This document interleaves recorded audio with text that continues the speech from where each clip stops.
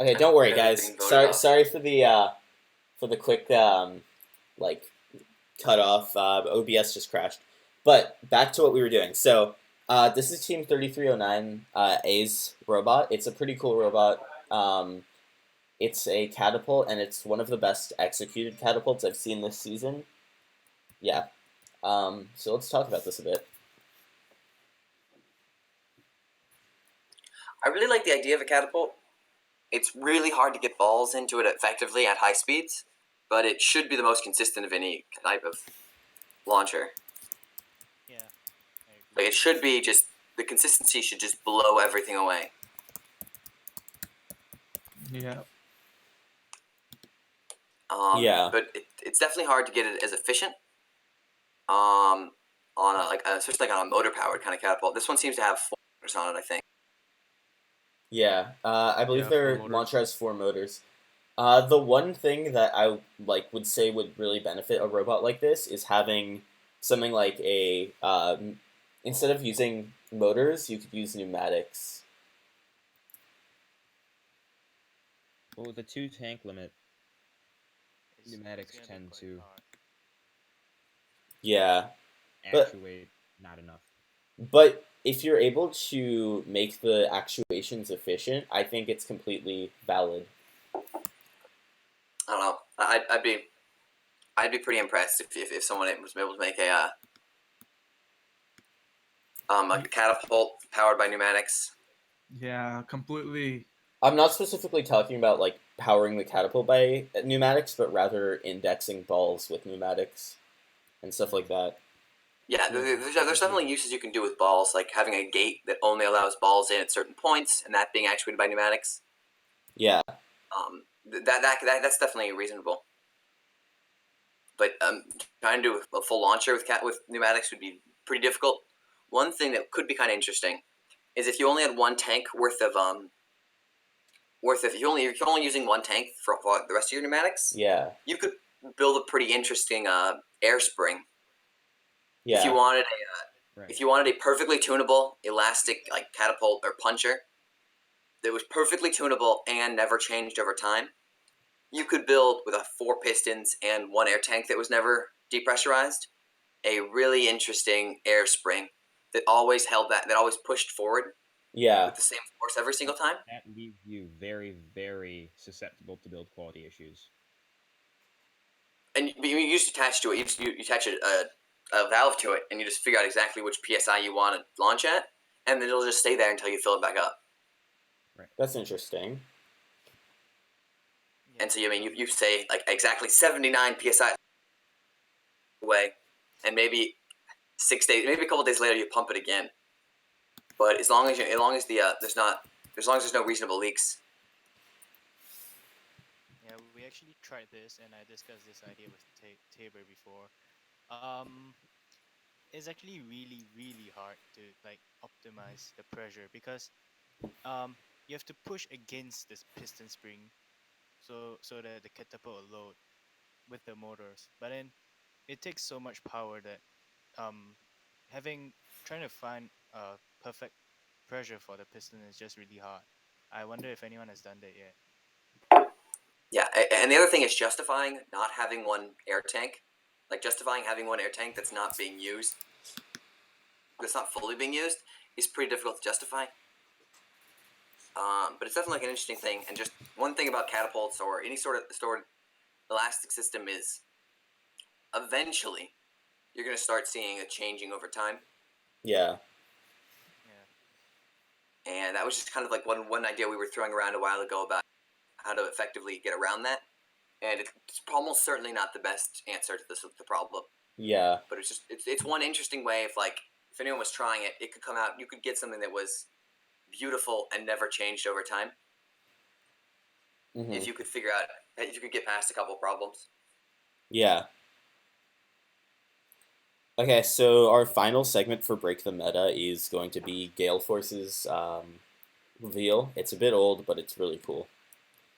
Yeah, I remember this team. I really liked their intake. It was like one of the best intakes for a long time. Yeah, I really like their transmission. It was pretty nice. Yeah, the transmission is quite cool. Yeah. Okay, so you can see their intake in the first shot, and it's pretty amazing. Yeah. I think a lot of times is people have their intakes haven't had any compliance. They keep using the rubber bands for compliance, and the intake doesn't have any. Yeah. So for this robot, its intake is super skinny, but it grabs the balls really effectively just because the intake's able to move with the ball. Yeah. And I think that's what a lot of teams aren't looking at. Like, at the beginning of the season, a lot of people mentioned having biters to, like, grab entire stacks of balls. I think having a system that, like, kind of moves freely with the balls works just as well. It's a lot of the inefficiencies with intakes in the current time is because people are still trying to deform the ball rather than the intake deforming to the ball. Yeah. Yeah. That's a big thing. Is the intake? The intake should do as much work as you can, Yeah, I agree. and that's like one of the things we saw was pretty good about Gale Force when it came out, because this is 2-3 months old. Yeah. This video. And in terms of intakes that, like, don't deform balls, what a lot of people are doing is using the rubber bands around a sprocket, and that works fairly well for what it does. Yeah, but I think the best is a combination of the intake squishing and the intake moving. I think it's a combination of both that provides the best. Yeah.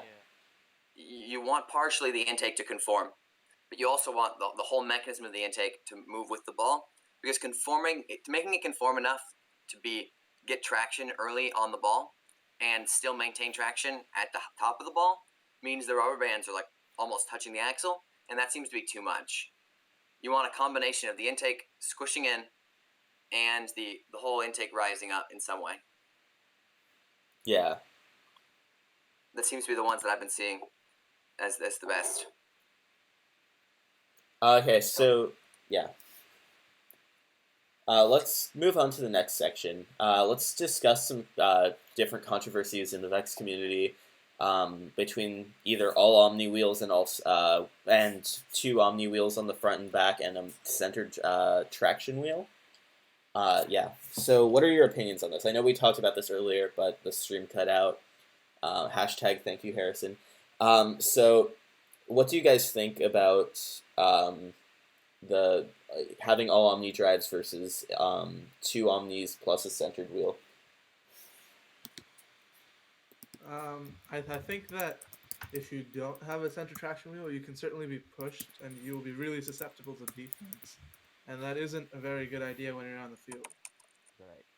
But as we saw, it was really early. It was like September, October when 62 got completely destroyed, although they had center traction wheels.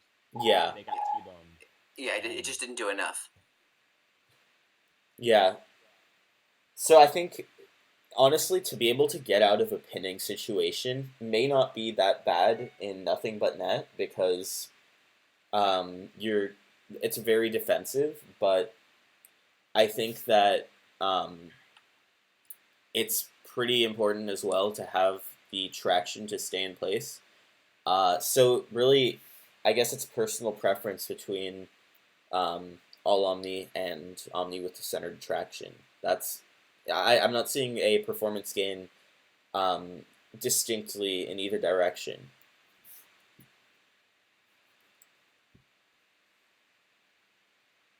Yeah, so it's definitely like a trade-off sort of scenario. One thing this kind of ties into it, but I've been seeing a lot on the forum. It's been really interesting. Is people have been talking about how they were using like high torque drives. Yeah. And I'm just blown away by that, because to High me torque. the standard ratio of nothing but net is turbo 3.25-inch wheels. Yeah, that's what I've used on That seems like 523. the average of what I've been seeing, but maybe that's just like the high quality teams, and then you can shift a little bit one way or the other from there. Yeah. But the average seems to be which is the equivalent of about 2-to-1 on 4-inch wheels, and I can't imagine how anyone could play the game in high torque Yeah, no, it's and be painfully effective. slow. Because this nothing but net is entirely about Speed. picking up stacks and picking up the field balls as fast as possible. People Yeah, that think I it's think- all about driver loads have been playing at such a low level of the game that they don't really. It's like it's like playing a sport and thinking like one thing is the only thing. It's just a no figured out how to do. Yeah, I Yeah. think every Vex game has always been about efficiency. Like that's something you can't really argue with. Yeah, I think for most like games, I've seen that high speed or torque, or sorry, not torque, turbo, uh, generally work out the best for the more competitive teams. Like last year at Worlds, I think most of the really competitive teams weren't really on torque drives, um, because I mean for Skyrise you wanted torque, but you also wanted to be able to score fast. So yeah, As for nothing but net this season, yeah, I think it's really important to have a very fast pace because the balls outfield there are very limited balls in the field, like so you want to have a fast pace to be able to compete for them, especially in a high quality match whereby most of the time in the early game, all four robots are gonna go and try to grab those balls. So there so I think speed is gonna be important because if you have a slow pace, then you're gonna be outrun by your opponents. So then, which means that you won't even be able to have control of enough balls to score. Yeah, yeah, there are 40 balls available on the field that aren't driver control loads, Yep. and that's that's not a lot considering that there are plenty of teams now that have mid-court and pipe shots that are 4 balls per second and intakes that are almost as fast. yeah. Yeah. What do you guys think of transmission bases, like transmissioning from high torque to high speed? That is something that I think a lot of the better teams have considered, but have always gone against because it's it adds mechanical inefficiency. Yeah, There's going to be a lot of friction in that system, regardless of how well you build it. I think So the sole exception to that would be 44's so toss-up yeah. robot. So obviously, whenever transmissions come up, someone always brings up 44's toss-up robot, and But it yes, was slower it's than the best. It's the best two-speed transmission that's ever been built in Vex. And there's a couple caveats that I have to put into this. Okay, one, we know for a fact Leland, the guy who built that robot, didn't use a two-speed transmission in the next year when he won Vex U. And everyone else saying it was the best decision to build that two-speed transmission. The person who built it chose not to do another one. He chose to go for just a turbo base with 3.25-inch wheels, and he just wanted to go for speed. The other caveat that's really important for his two-speed transmission is he raced 21 side by side, and 21 with a 4-motor chassis in high-speed direct drive was faster than 44 with 6 motors at 5-3, which is about the same ratio, except there's 6 more motors. There's 6 motors. So the mechanical inefficiency you add is just huge. Yeah, And the 44 actually couldn't push 21 with 44 had 6 motors in high torque at 3-5, while 21 just had 4 motors direct drive and high speed. So there's a crazy torque difference, but 44 could not push 21. mm-hmm. We all tested at the practice field because we were all pits next to each other, and that says a lot. That the person who built it, the best one, didn't want to keep it, and that when he competed on the highest level, it wasn't better than the people who had built the simple fast drive. Yeah, Hmm. So Because transmissions can be super cool, but it's hard to justify. yeah.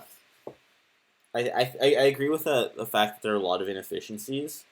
Um, and I guess another thing like that, another transmission that's fairly iconic in Vex is 62's Skyrise intake. And while it's not a drive transmission, I do think it's another one of the well executed transmissions in Vex. That's without a doubt.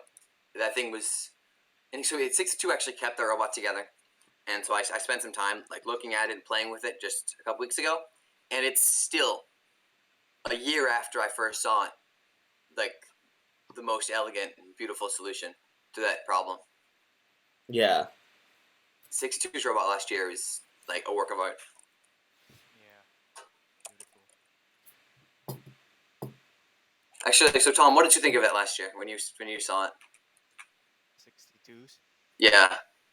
Oh, when we saw the reveal in Singapore, we were just like, um, we were really amazed at what it could do. Like, okay, we were surprised that it could score cubes above the 7th skyrise. Because if you notice, most of the teams in Singapore couldn't score from the front with the Yep. 7th skyrise on top. Yeah. Yeah. So we were firstly quite surprised by that, and we were quite nervous because it really does add a lot of advantage to the robot, and also it's linear. Is okay comparing 62's robot to our Skyrise robot. It was a lot skinnier, like in the middle, the lift, the reverse double four bar. So Mhm. that was another advantage that they had, and we had a lot of doubts with our robot after seeing that. Yeah, from the reveal, I remember not quite understanding exactly what was going on and how his Skyrise arm worked. But pretty much just on the inside of that conveyor, there's a little transmission that puts the tread onto the Skyrise arm, Yeah. which was like really cool. You really have to spend a lot of time just like looking at the detail and effort put into making that transmission work, because it's truly like one of the most impressive transmissions I've seen in such a small amount of space. Yeah, so like I guess what the answer to that is, if there's literally two functions of the robot that are never designed to run at the same time, a transmission like this can be incredibly elegant and add incredible efficiency to the robot. The problem is in a lot of scenarios there's very few scenarios where that's the case, and I think people think it's the case on more scenarios than it is. They'll think, I don't need my flywheel and my drive to run at the same time, but you want to get your flywheel up to speed while you're going up to the bar or something, and you want to be like getting ready to drive.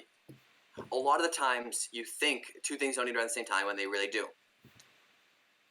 This Yeah. building the Skyrise and picking up cubes, those are strictly separate things. Yeah. Okay, so lastly, we wanted to discuss rate of fire versus loading speed. Is it more beneficial to have a higher rate of fire or to have a higher loading speed, or are these directly correlated? I've seen robots that you can't load fast enough, so I'm just gonna put that out there. Yeah, I think a lot of the robots we see in Canada, 1104 or was it 1404B, like the robots that are top in skills right now, they get to the point where two people, two balls at a time, as fast as they can't get it up to load as fast enough for the robot to actually miss. Yeah. And so it seems like human loading speed is the hardest is hard.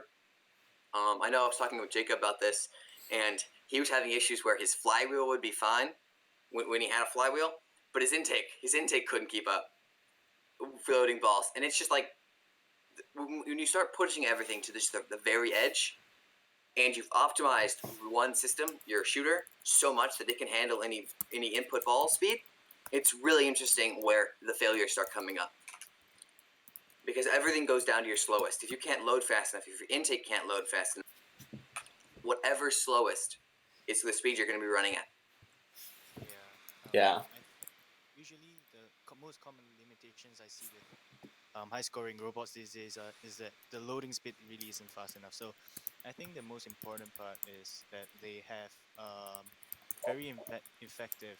Uh, okay, you can't really practice this, right? As in, there's a limit that your practice can go to, but if you have a good mechanism that helps you make your loading faster and more accurate, would that be more beneficial? Yeah, Yeah, I I think so. I believe it is.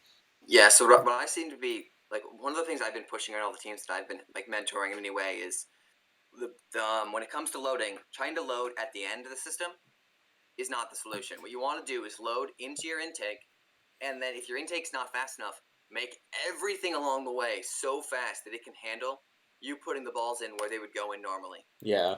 Because trying to build like an entirely separate system, like I was thinking of like a catapult. If you're trying to catapult, don't try to put the ball into the arm of the catapult, and then it catapulting or something. Seem to be you can maybe load faster, but what you should be doing instead is making the intake and the feeder able to load at your mechanism's max speed, and then loading into the beginning. That way, the mechanical system is doing the hard part, not you. You should just give it the balls, and your mechanical system should be able to keep up at full speed what your launcher is able to do. Yeah, similar to I think Stanley Shi posted a video of his Yeah. magazine loading mechanism. Yeah. I think, yeah. And you really want, because you can count on the mechanics of your robot to perform consistently, and you just shove the balls in the front or in the back or whatever, and you don't want to count on you like as the like a catapult, like where it's coming down and you plop it in this perfect timing. It's just so prone to error. I think trying to have something where you do something precise driving loads. Yeah, I guess it's Yeah. also reduce human dependence, but more on robot dependence. I think the most perfect example that we have seen so far is really Stanley Shi's that magazine. Yeah, It was really quite effective. and I think you could probably even get the magazine to work well with only gravity, because his was actuated. Yeah, yeah. When I had a puncher, the first one I ever did, I had a completely gravity-fed magazine, and I found that it was very slow because you don't have the space if you have a puncher that's a decent length enough to pull back the 4 inches that you need to get full court. It's not going to be, and once you get the angle as well, there's not going to be enough space for you to angle your magazine enough so that you would be able to let gravity feed fast enough. So having mechanical assist is very much better. Yeah. Yeah. And it's like the one thing I guess when we talk about Stanley Sheets, this has been bugging me all year.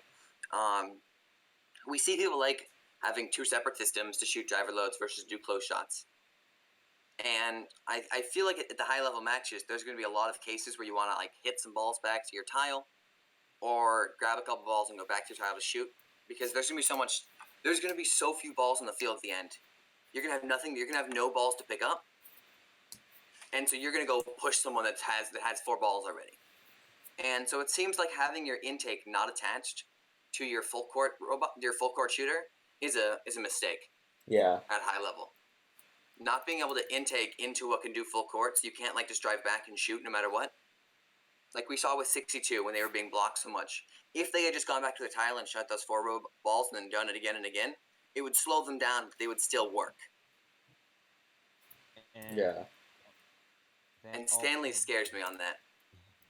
There's also the fact that if you don't have your intake attached to your full court launcher, or the one that you would use for match loads, if anything breaks so that you can't take the balls in your intake out of it, you're stuck not being able to load fast enough on your full court shooter.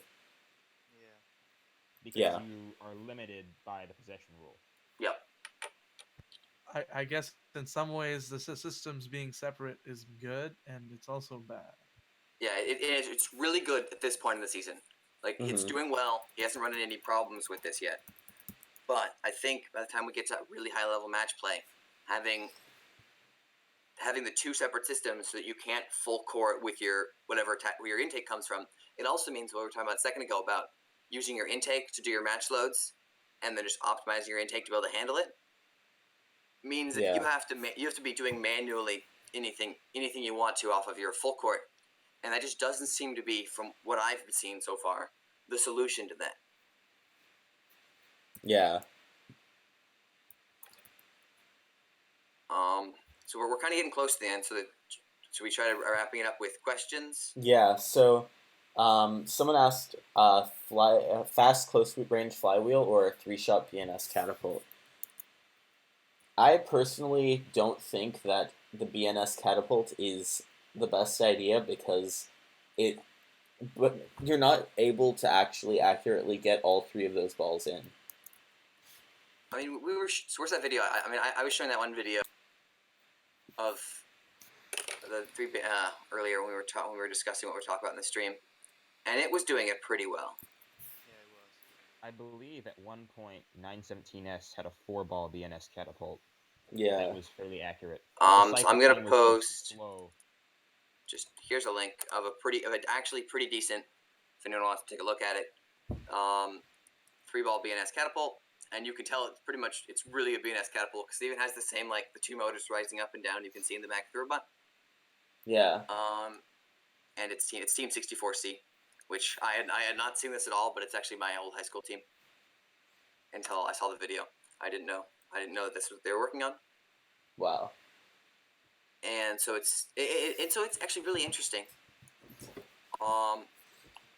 And to go about something like that, it seems difficult to not have the ability to do range shots if something goes wrong. I feel like always having the ability to do full court shots seems to be, in high level, just crazy important. I mean, I guess if they had a robot that was good, like if they were teamed with an 1104 or something, the 1104 could do, and they could push balls back into their corner tile, and then whichever robot was doing full court would just pick up those as well. Like if you were being crazy blocked, you could still just drop balls off and then let someone else do them later. But it still seems to be. Here's the link again. It's like 5. Okay. Yeah, and so it's pretty easy to be blocked. In the video I just posted, I see there's a couple points where we see them do 2 balls, and they actually go farther away. And so I think different balls they have to go a different distance. So they could kind of pull off a few clever maneuvers trying to like stop people from blocking them. But yeah, there's definitely, if you're being blocked, you're kind of limited. And that's why I think having your intake attached to your full court or having a full court shooter is so important. When you're being blocked, you want to always be able to back up. And worst case scenario, go shoot full court. Right. And I saw. Here, Jacob, just for the time being, try to just talk up quite loudly. Okay.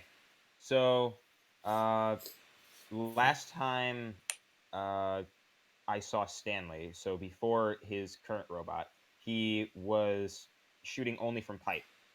And I noticed that he changed that. He has been slowly increasing his range. And I think at some point he's going to have full court from his flywheel. And I think that's indicative of how important having that range is going to be. Mm-hmm. Yeah. So he's gone from having strictly pipe to being able to do pipe and mid-court. And I believe he's going to be doing full court very soon with his flywheel. I believe that those are preset, right? Are those presets? Do you have any idea if they are preset? I believe so. They should be. Then what are your views on the importance of having presets for flywheels, like especially flywheels, since they are so hard to like control manually during a match? Well, just me personally, I have 3 presets: pipe, half court, and full court, and I have another 2 buttons that adjust it for fine tuning, so I can make custom shots. But I generally only use the 3 presets because they're really easy positions to get into. Yeah, so that seems to be the best. Is you have like 2 buttons that just say increment goal speed by 2, or decrement goal speed by 2, and then you have three or 4 presets. And then from those presets, if you're going something weird, you kind of just eyeball how much more power you want, and you tap your button a couple times if you're doing some weird custom shot.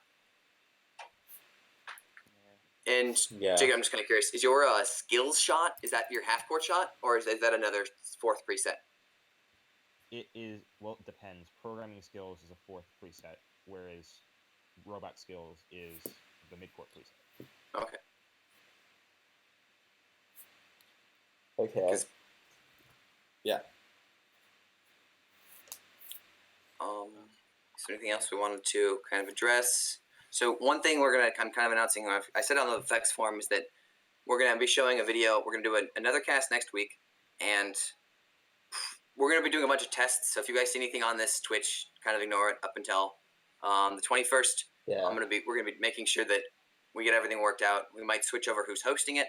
But the main thing is 8059. as Alex just asked in one of the questions, 859 is going to be showing a video of their programming skills run, or of their programming skill of the robot they competed with, and that's going to be special next Sunday. And we're talking with other people about getting anyone else that might be willing to reveal, and we'll be kind of analyzing those. We might not be going into too in depth about what's going on, like zooming in on everything, but that's gonna be something fun we're gonna do next week. It's kind of like a special extra VEX Cast. Yeah. And if someone asked, how do you score 439? First, you score each shot driver loads in about 10 seconds, and then you work out so that every pyramid picking up and scoring is about 5 to 6 seconds each, and then you do those all together, 439 points. Yeah. You have to do it very carefully, Yeah. so that in the end there's barely any balls left on the field. Yep. Yeah. Another thing I wanted to quickly mention, our VexCast is brought to you by two sponsors today, Vivid Custom PCs, which is an awesome custom PC company, and if you type in !Vivid PC into the chat on Twitch, you'll get a URL to their website. And also SMC is sponsoring us. They make VEX pneumatics, and get excited for that, because VEX pneumatics. Okay, so once someone asked top 30 skills cutoffs, that's a decent kind of thing to just kind of chat about while we end it up. So it's looking like, with the current ones, is pretty dang high. For programming skills, 320 would definitely qualify you. I don't know what the exact one is right now. What are this? But for robot skills, it's looking like 320 won't even be enough. Yeah, I'm guessing 360 by Worlds. Yeah, I'm pretty sure it'll probably be up in the 360s. By the skills. So right now in programming skills, it's 280. Yeah. So I could see like 320 minus a couple balls. So I don't know, 315, 316 kind of stuff could be the cutoff by what is it, like March 7th or something, whenever the cutoff is for programming skills, because it's just so easy to do nothing and to hit 320. I was talking about it with a couple teams, and we were pretty sure that with 2 motors, you could pull off a 320 programming skills run. And all you need is it's a 1-motor puncher and a 1-motor strafe wheel, and then you just punch for a while, strafe, and you strafe until you hit the wall. You have a little button. When you hit the wall, you start punching again. Yeah. And with that, with 1-motor strafing and 1-motor puncher, all you would need is something about a little over 1.2, 1.3 balls per second. And someone's saying you could do it all with 1 motor. The weight you would add from that would actually make it a lot harder to drive. Yeah. 1 motor probably couldn't drive with all the weight of a ratchets. Would be the scary, but it should work mathematically. I'm just a little afraid of adding, like, 1 motor is not very strong, and you want to strafe quickly, so having that much inefficiency is going to be difficult and that much weight to move. But you could pretty much do it with 2 motors at like a minimum to pull off 320 programming skills. So I think we're going to be seeing that, the cutoff getting higher and higher. And then for robot skills, the current cutoff is 316. It's going to definitely be 340 at least. Yeah, Yeah, we still have 2 big tournaments coming up. Those are the NZ Nationals and US Nationals. So I guess we're gonna have a lot of better scores from there soon. To be honest, out of U.S. Nationals, I don't really think that the scores are going to be as amazing as New Zealand Nationals, because not many teams go to the U.S. Nationals that are because they're preparing to compete at Worlds, so they want to get the most practice time with their robot. So a lot of the top tier teams are not going to be at something like U.S. Nationals. Yeah, but so New Zealand Nationals is in 2 weeks, and China's having, Tom, when were we saying where those were? China's having some skills competitions. Yeah, they have a few skills competitions soon before. And so yeah, those are pretty soon. And so Oh. with just a couple things, I bet we're going to see these scores go up pretty quick. Right now, what is it? The top 10. How many are from Canada? I believe 8. No, 7. Yeah, so there's 2 that weren't scored at a Canada competition, and then there's Um, There's 8 in total, I think. yeah, so Yeah. 8 of the top 10 are currently from Canada. And 8 of the top 10, I believe, are Disco Bots as well. So good job, Disco Bots. No, I was kind of no, because you're missing. You're saying 1404. Shocks 1404 is not Disco Bots. Right, sorry, so 7 out of the 10, but still. And Good job. Warrior Shout out to Robotics, so Shocks. 6. Okay. I think Disco Bots is 6th, the top 10. No, there's also the 2587. Yeah. Yeah. Oh, yep. Yeah, so 7. Remember, Disco Bots is not only Canada. That's true. Someone also asked what we're gonna think the skill scores are gonna go up to. So what do you guys think? So the like what world win skill score will be? Not even like the maximum skill score that we will see a team do. That's a It'll- pretty interesting question, it'll actually. probably be above It's Huh. so hard to say anything. So what would be 320 is all the loads. Each stack is Mhm. 25, so 250. So the biggest you could do is 570. Something around that. 570. Yeah. And so people are already doing 430. 440. Yeah, 440. 439. Yeah, I think scores may hit 500. I'm not Yeah. sure how much above that they'll go, but I'm pretty sure Yeah. scores will hit 500. Yeah, I was thinking around 500. It just gets so hard to do anything at some point. Missing one ball is the difference between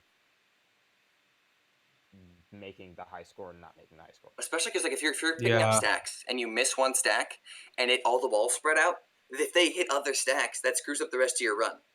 And if one of them gets stuck in the logo, you're done. Oh, Not Yeah. even that. I can imagine all Yeah. these ones must have a really high fire rate. So even if you miss one, you're probably gonna miss. If you miss the first one, the rate you're firing, you're probably gonna miss the rest because it'll take you time to realign for the rest, right? Yeah. I think basically everything on that robot that's gonna score 500 and above is gonna be very, very efficient and extremely fast. Like maybe 240 RPM base. Yeah. Yeah, so I think it's at Worlds we're just going to be seeing crazy speed. Yeah. This is the year of just movement, everything just going full speed, open field.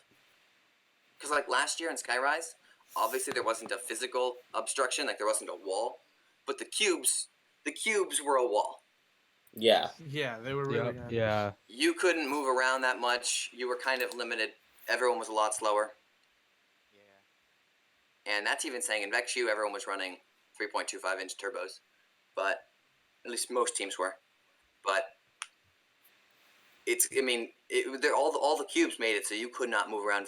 This year, we're going to be seeing just everyone's going to be driving full speed as much as possible, picking up any balls they can get their hands on, and then either backing up to shoot or just popping them off real quick before they get blocked. Because there's going to be defense, because no one's going to have any time left or any balls left to do anything else. It's not going to be like, oh, what if we don't? Why don't we just shoot instead of playing defense? There aren't going to be balls. There's going to be like no balls left, and two teams are going to be holding 4, so everyone's going to block them. Right. Yeah. And Yeah. one disadvantages of speed, the only disadvantage I can think of, is getting stuck on top of a ball because you're going so fast. And I've Oh, seen that yeah. happen. That'll be quite creepy. Don't make me cry again. Oh god. No, Yes. but Yeah. I've seen that. Yeah. Yesterday, Thomas had a very bad time getting stuck on a ball. Yeah, I was yeah. In the middle of his skills run, he got stuck on a ball. Yeah. And then I couldn't move. Nice. One thing we haven't seen so far is defense. I'm wondering how that's going to play out at Worlds, because most of these skills runs are without any external like defense. So, how do you think these robots that are very efficient are going to react against defense? Well, They'll probably have a break. That's what I'm predicting. And maybe those traction wheels if they're gonna be fly wheels. Yeah. Well, if your robot is truly fast and you're a good driver, you'll be able to outmaneuver anybody who could really defend you. Because if they're going to be doing defense, they're going to be slower than you, most likely. Yeah, and that's always the People thing are going about to want to capitalize on being stronger than you. if you're being defended, that's the moment when you need to just go back to do full court shots. Yeah. Drop some balls off in your tile, or just shoot them from full court and go and rinse repeat. Yeah. What Yeah, what that's do you nice. think of a fully dedicated robot to defense and lifting? So you have like a um 8 motor base maybe, but at really high speed and with quite a lot of weight. And you have this lifting mechanism that is quite efficient, activated maybe using elastics and pistons. Yeah. What do you think it can do in Worlds? Well, I So think it would definitely need to be paired with a very high efficiency robot, because if because that's essentially loss of a robot. Yeah. Because then, okay, so maybe they couldn't quite hear Tom, so I'm just gonna pretty much say he was saying 8 motor drive with some sort of piston / elastic, really good elevate, more or less a defensive / lifting robot. Yeah, And I think the one thing you kind of need if you're gonna do that is you need some good way of picking up balls and bringing them back to the starting tile.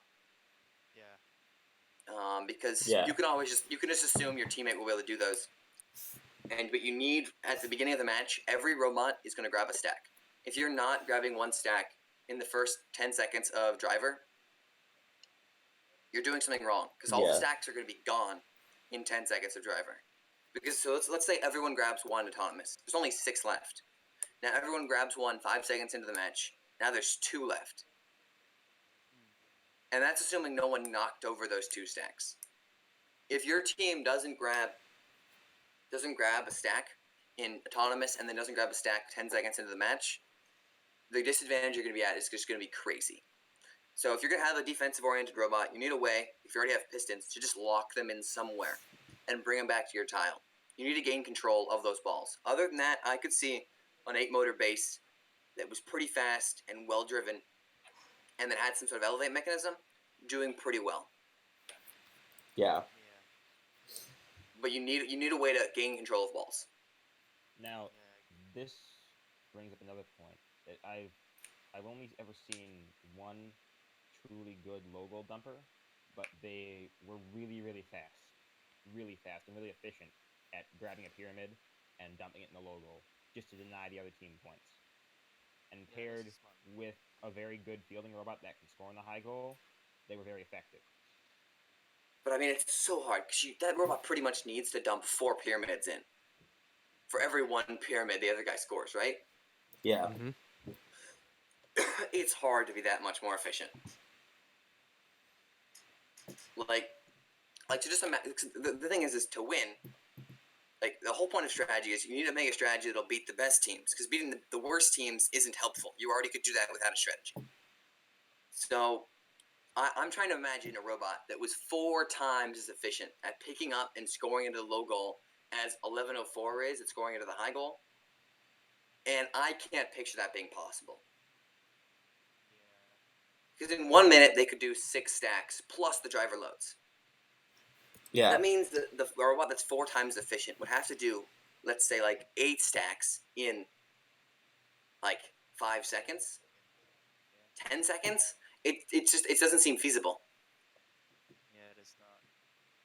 Mm, Because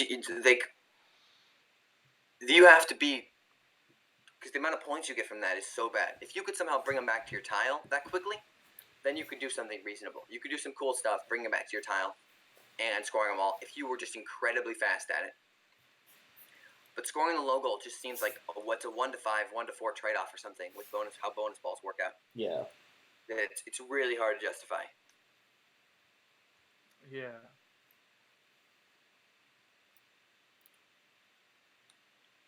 do you guys think that blocking lifting in Worlds will be easy, or will it be quite hard? Well, Just I some don't people know. were having issues hearing Tom. I'm gonna repeat his question.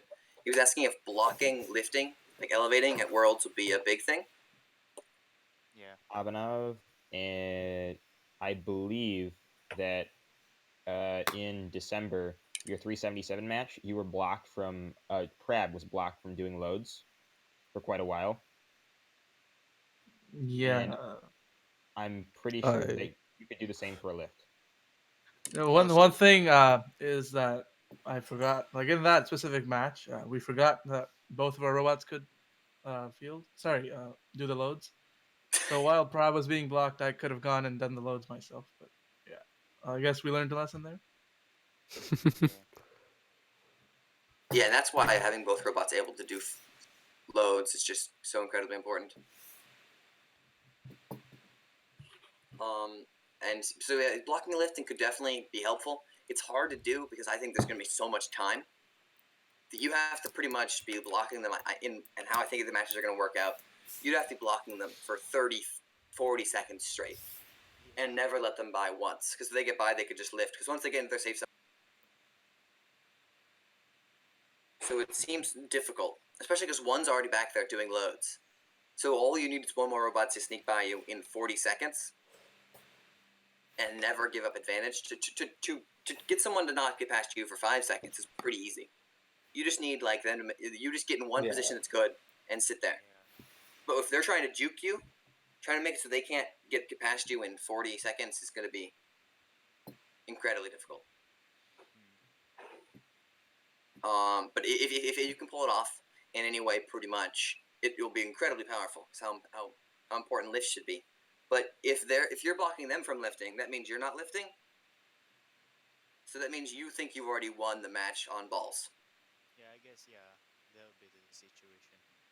Because it's not like toss up where one person could be blocking a lift and like a hang, and the other one could be hanging. Yeah. Right. Because you need that- both robots for a lift. That brings up lift speed, because very quick lifts, you might be able to, if you have a quick lift and the other team has a slower lift, you might be able to get away with it if you can get back to your climbing zone in time to do your lift. Yeah, but So a 10-second lift versus a 2-second lift. Yeah. It's helpful, but it's not going to be crazy important, I think. But yeah, I mean, it's definitely be helpful. In any way, making things faster is just better. Yeah. I agree. Are we trying to are we wrapping it up? Yeah, I believe so. So with that being Yeah. said, I think so. We want to keep on doing this, and we're gonna keep on having a cast next week with a special reveal. But other than that, I think that we're gonna open up again another Google Doc so you guys can input submissions. And yeah, that would be it. Thanks for watching, everyone.